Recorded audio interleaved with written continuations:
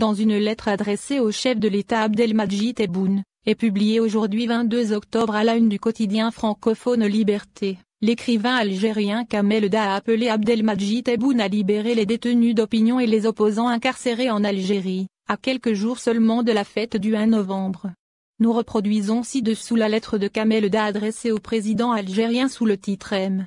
Le président, libérez-les, paru à la une du journal Liberté, édition du 22 octobre 2020. Lettre ouverte. Monsieur le Président, libérez-les, libérez-nous, libérez-vous. Monsieur le Président de la République, je viens à vous pour une requête, car vous êtes le président de ce pays et la personne dont le pouvoir peut aider à l'exaucer. Je dois d'abord vous dire que je n'ai pas voté le 12 décembre 2019. En revanche, ma mère l'a fait. Elle y tenait absolument. L'acte et le droit de voter ont une histoire et un coût à ses yeux. C'est l'histoire d'une vie. Pour moi, et beaucoup de ma génération, il est gratuit, acquis, négligé. Comme tant de belles choses dans ce pays. Monsieur le Président, notre pays est vaste, plus vaste que nos vanités. Il ne se réduit ni à 2 boulevards, ni à une capitale, ni à un palais. Son histoire est douloureuse. Son présent nous est parfois illisible. Son futur nous inquiète et nous engage. À chacun d'entre nous cependant d'en assumer le poids et de connaître le véritable sien propre, un enfant de l'Algérie, pas son propriétaire. Ce pays est vaste et ses enfants sont nombreux. Le malheur nous viendra, encore et encore, lorsque chacun croira en être l'enfant unique.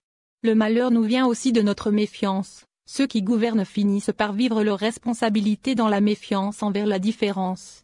Et ceux qui s'opposent finissent par croire que détruire, refuser, tourner le dos, c'est construire et que tout ce qui vient de l'autre est un mensonge. Nous avons les droits et les maladies des héritiers. Chacun a l'excuse de blessures et des morts dont il se revendique. Et chacun a raison. Aujourd'hui, Monsieur le Président, je ne crois pas à la noblesse supposée de l'opposition sans fin et sans imaginaire. Je ne crois plus aux postures et aux radicalités. Et je ne crois évidemment pas posséder la vérité à moi seul. Je ne crois pas que Dieu m'appartient ou que les ancêtres sont les miens exclusifs. Et je ne crois pas que l'Algérie est déjà nouvelle ou qu'elle n'est que celle d'hier, celle de prédateurs en chef. Nous n'avons que le pays de nos actes, de nos générosités mais aussi de nos humilités. Je crois qu'une mère de famille, un père de famille, un laboureur ou un chauffeur ont meilleure vue sur ce pays, par leurs efforts et leurs luttes, que moi à travers mes mots savants.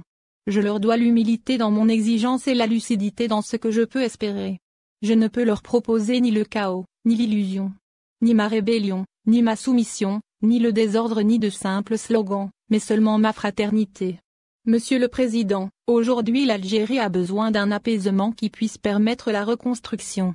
Si vous ne le trouvez pas dans ce que disent et font vos adversaires, j'espère que vous en retrouvez la volonté en vous-même. Votre responsabilité est plus grande que celle de ceux qui vous disent non dans la facilité. L'Algérie a besoin d'éviter les oppositions stériles, calculées ou trop enthousiastes, et d'encourager celles qui construisent. L'Algérie n'a pas besoin d'en nourrir les premières, ni d'en réprimer les secondes. Notre pays a besoin d'imaginer l'avenir et pas seulement de le promettre par l'effondrement ou le verbe, le chaos ou le discours. Mais aussi de continuer son histoire au lieu de s'y enfermer. Monsieur le Président, je ne crois pas au dégagez tous, mais au engagez-vous tous. Mais aussi, je ne cède pas à la facilité de croire que tout va changer en un jour, ni que vous en avez la possibilité absolue. Mais je crois en ce que je peux tenter, en ce que je peux espérer pour mes enfants et en la vertu de la générosité muette, sincère. Je crois en la bonne foi. Aujourd'hui, Monsieur le Président, je viens à vous pour vous demander de gracier ceux qui sont en prison pour leurs opinions, leurs excès, leurs espoirs, leur foi, leurs croyances ou leurs erreurs. Non parce que je pense qu'ils ont droit à une immunité mais parce que je crois que vous avez le droit, peut-être même le devoir, de vous consacrer à apaiser ce pays, à guérir l'image qu'il se fait de lui-même et à éviter à notre pays des combats inutiles et des victoires illusoires. Notre pays ne tire pas sa gloire des faux combats ou des combats fous des uns et des autres, des uns contre les autres. Le 1er novembre que nous allons fêter dans quelques jours est une occasion pour rappeler que la liberté a été notre idéal en attendant que le bonheur le soit aussi. Il vous appartient, Monsieur le Président, d'unifier ce pays autour de cet idéal trop bafoué par ceux qui ont gouverné, comme par ceux qui croient que c'est un droit de saccage et d'exclusion, un droit au chaos ou au nihilisme stérile. Vous êtes président, monsieur, par le choix de ceux qui ont voté et par le courage de ceux qui ont marché contre l'ordre ancien. Vous devez au premier d'honorer la promesse et au second d'honorer leur courage. Et il me doit à moi, simple citoyen, d'aider, de construire, chercher le consensus et la paix, rêver d'un pays pour tous et pas uniquement pour moi, défendre la liberté mais aussi assumer la responsabilité, faire la part du mort et la part du vivant et creuser mon chemin humble. Il est donc temps, Monsieur le Président, que cesse ce malentendu et que soit fermé ce front inutile. Certains, après votre grâce, y verront une faiblesse ou un droit, une défaite et un recul.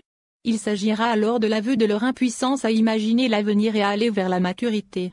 D'autres y verront la chance de convertir la colère en lucidité et responsabilité et de comprendre que la pluralité est un droit et un devoir. Et vous y aurez l'occasion de donner le sens de la continuité à nos idéaux.